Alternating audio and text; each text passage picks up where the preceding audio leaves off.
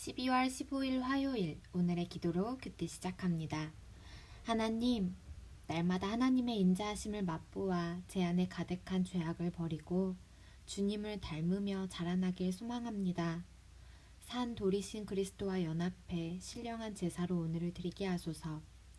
제 존재와 삶을 변화시키신 하나님의 아름다운 덕을 즐거이 선포하게 하소서. 예수님의 이름으로 기도드립니다. 아멘. 복음의 은혜를 사모하는 거룩한 제사장. 오늘의 찬송 새 찬송가 540장 주의 음성을 내가 들으니 찬송의 가사를 함께 읽습니다. 주의 음성을 내가 들으니 사랑한단 말일세. 믿는 마음으로 주께 가오니 나를 영접하소서. 내가 매일 십자가 앞에 더 가까이 가오니 구세주의 흘린 보배 피로써 나를 정케 하소서. 주여 넓으신 은혜 베푸사 나를 받아주시고 나의 품은 뜻 주의 뜻같이 되게 하여 주소서. 내가 매일 십자가 앞에 더 가까이 가오니 구세주의 흘린 보배 피로써 나를 정케 하소서. 아멘. 베드로전서 2장 1절에서 10절 말씀. 그러므로 모든 악독과 모든 기만과 외식과 시기와 모든 비방하는 말을 버리고 갓난 아기들같이 순전하고 신령한 젖을 사모하라. 이는 그로 말미암아 너희로 구원에 이르도록 자라게 하려 함이라. 너희가 주의 인자하심을 맛보았으면 그리하라. 사람에게는 버림바가 되었으나 하나님께는 택하심을 입은 보배로운 산 돌이신 예수께 나아가 너희도 산 돌같이 신령한 집으로 세워지고 예수 그리스도로 말미암아 하나님이 기쁘게 받으실 신령한 제사를 드릴 거룩한 제사장이 될지니라. 성경에 기록되었으되 보라 내가 택한 보배로운 모퉁이 돌을 시온에 두노니 그를 믿는 자는 부끄러움을 당하지 아니하리라 하였으니 그러므로 믿는 너희에게는 보배이나 믿지 아니하는 자에게는 건축자들이 버린 그 돌이 모퉁이의 머릿돌이 되고 또한 부딪히는 돌과 걸려 넘어지게 하는 바위가 되었다 하였느니라. 그들이 말씀을 순종하지 아니함으로 넘어지나니 이는 그들을 이렇게 정하신 것이라. 그러나 너희는 택하신 족속이요 왕같은 제사장들이요 거룩한 나라요 그의 소유가 된 백성이니 이는 너희를 어두운 데서 불러내어 그의 기이한 빛에 들어가게 하시니에 아름다운 덕을 선포하게 하려 하심이라. 너희가 전에는 백성이 아니더니 이제는 하나님의 백성이요 전에는 긍휼을 얻지 못하였더니 이제는 긍휼을 얻은 자니라. 아멘. 오늘의 말씀 요약. 주님의 인자하심을 맛본 성도는 모든 악을 버리고 갓난아기같이 신령한 젖을 사모해야 합니다. 성도는 보배로운 산 돌이신 예수님께 나아가 신령한 집으로 세워집니다. 성도는 하나님이 택하신 족속, 왕같은 제사장, 거룩한 나라요, 하나님의 덕을 선포하도록 자비를 얻은 하나님의 백성입니다. 본문 해설, 버려야 할 것, 사모해야 할 것. 2장 1절에서 3절에 관한 내용. 주님의 인자하심을 맛보아 아는 사람은 삶의 분명한 변화를 보입니다. 주의 인자하심은 예수 그리스도 복음으로 구원을 이루신 하나님의 은혜를 가리킵니다. 우리가 하나님의 은혜에 합당한 삶을 살기 위해 버릴 것들이 있습니다. 1절에서 언급된 5가지가 그것입니다. 악의는 비뚤어진 마음에서 나오는 것입니다. 거짓과 위선은 신뢰를 잃게 만드는 진실하지 못한 생각과 행동입니다. 시기와 비방은 관계를 망가뜨립니다. 이는 모두 형제 사랑에 어긋나는 행위입니다. 반면 취해야 할 것은 신령하고 순전한 젖입니다. 사모하라고 했습니다. 이는 갓난아기가 엄마 젖을 찾을 때 애착하는 모습을 생각하면 됩니다. 하나님 말씀을 받으려는 간절한 마음에 성숙이 뒤따릅니다. 잠시 멈추고 질문에 답해주세요. 베드로가 권면하는 버려야 할 것과 취해야 할 것은 무엇인가요?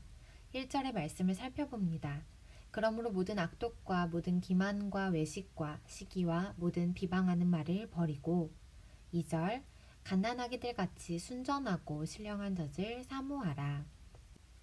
1절의 내용이 버려야 할 것, 2절의 내용이 취해야 할 것이겠죠? 내가 특별히 버려야 할 것은 무엇이 있나요? 내 삶을 돌아보며 이 질문에 답해 봅시다. 왕같은 제사장, 하나님 소유의 백성. 2장 4절에서 10절에 관한 내용.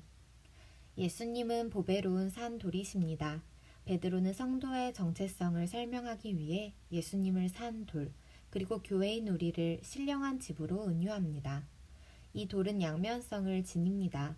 이 돌에 걸려 넘어지는 사람들은 하나님의 은혜를 스스로 저버린 것입니다. 반면 이 돌을 믿는 사람들은 이 돌을 기초로 삼아 세워지는 하나님의 성전이 됩니다. 택하신 족속, 왕같은 제사장, 거룩한 나라, 그분, 하나님의 소유된 백성 등의 표현은 70인역에서 이스라엘을 가리키던 호칭입니다. 이제 교회가 참 이스라엘입니다. 하나님의 새 백성 이스라엘은 하나님의 아름다운 덕, 즉 복음의 소식을 세상에 전하는 사명을 감당해야 합니다. 잠시 멈추고 질문에 답해 주세요. 보배로운 산 돌이신 예수님을 통해 성도의 정체성은 어떻게 변화되었나요? 위에서 두 번째 줄, 예수님을 산 돌, 그리고 교회인 우리를 신령한 집으로 은유합니다. 그리고 밑에서 네 번째 줄, 다섯 번째 줄, 택하신 족속, 왕같은 제사장, 거룩한 나라, 그분, 하나님의 소유된 백성 등의 표현은 70인역에서 이스라엘을 가리키던 호칭입니다. 이제 교회가 참 이스라엘입니다.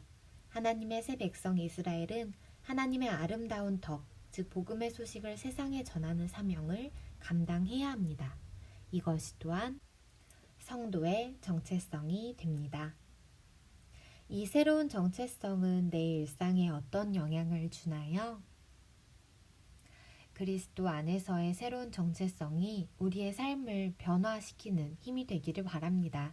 오늘의 이 말씀과 말씀에 대한 해설들을 잘 기억하고 우리 삶 가운데 적용해 나갈 수 있기를 바랍니다. 묵상 에세이, 그리스도께 가까이 다가가라. 하늘의 제자도, 마이클 웰즈. 살면서 좌절할 때마다 과거의 우상으로 돌아가는 사람들을 자주 본다.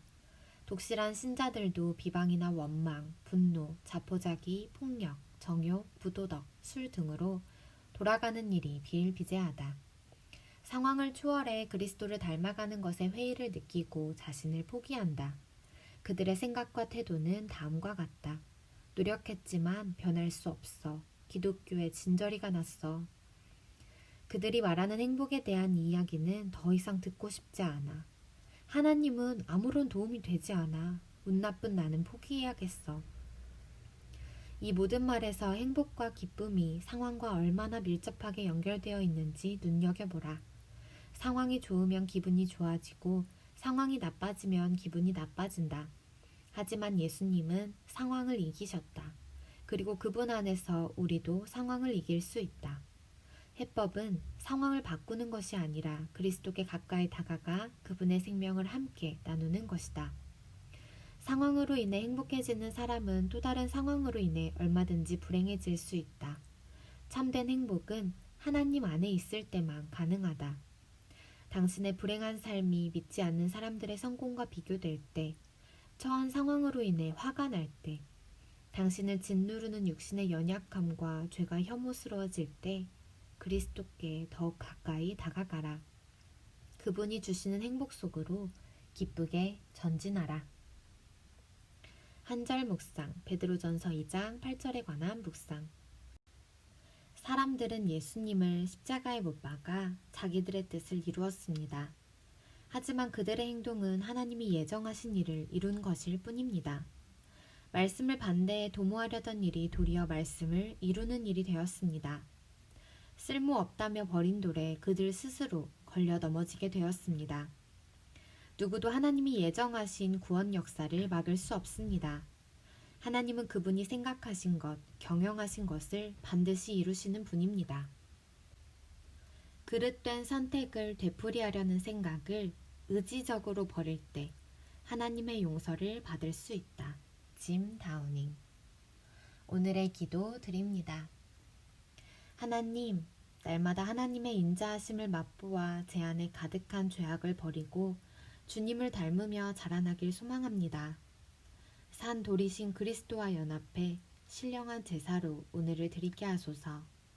제 존재와 삶을 변화시키신 하나님의 아름다운 덕을 즐거이 선포하게 하소서. 예수님의 이름으로 기도드립니다. 아멘. 우리의 산돌이신 예수님을 따라가는 우리 모두가 되기를 간절히 소망합니다. 오늘의 큐티를 마칩니다. 감사합니다.